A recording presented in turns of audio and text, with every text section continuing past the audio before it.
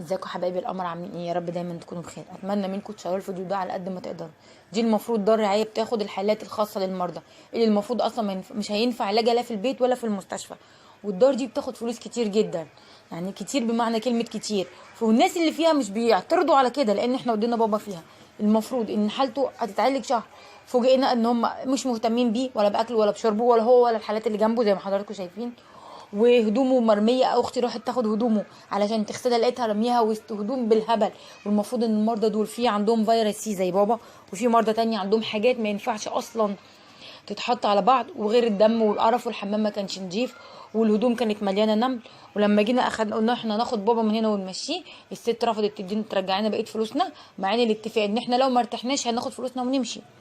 المكان دوت في مكان اسمه منظره ملاحه، عند مج- عند مستودع البيت اللي هو بتاع وكالة مسعود خليل.